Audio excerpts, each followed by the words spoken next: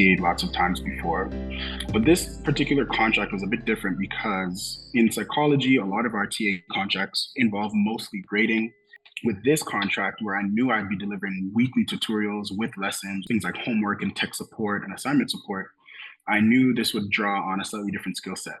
I was actually very excited for that challenge because my work as a GED involves helping students and other grad students build those skills. And so in preparing for this contract, I sort of went over some of my own work, different active learning strategies that I thought would be effective, different ways to build rapport and create a good classroom environment that I knew students would be coming into week after week. It was very, very useful, very helpful, and a lot of fun to actually try and get a chance to implement some of the things that I've been sharing with others for a while.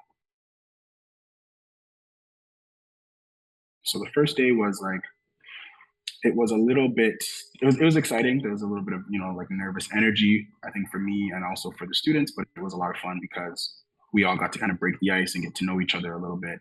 We spent some time doing like check-ins. We went around, everybody said their name, everybody gave like little fun facts about themselves. And it was nice because there wasn't a whole lot of content, so there was a bit of room for us to do that. And it also really set the tone for what the environment would feel like for the rest of the semester. A big part of my teaching philosophy is active learning. And when you want to actively engage students, you also have to realize that active learning and active engagement goes beyond the content sometimes. And so I would check in with them every week as people. And this is something that would help ground them in the classroom, funny enough. So by having them think about their week and their day and their lives outside of the class, they could effectively deal with those things and then put them to the side temporarily while we engage in some statistics together. The challenge in the beginning was that those check-ins were taking too long.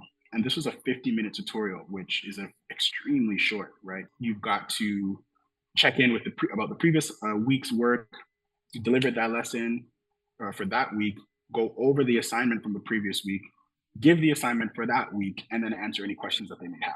The students and I found a compromise where I would take literally 120 seconds. We called it the 120-second check-in. And I would take no more than 2 minutes to check in with them, see how they were doing, and then move on to the content.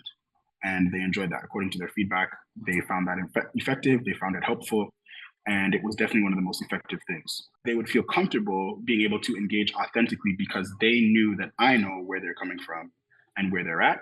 And so we were able to work together to really still meet those learning goals while taking into consideration the things that were going on with them outside.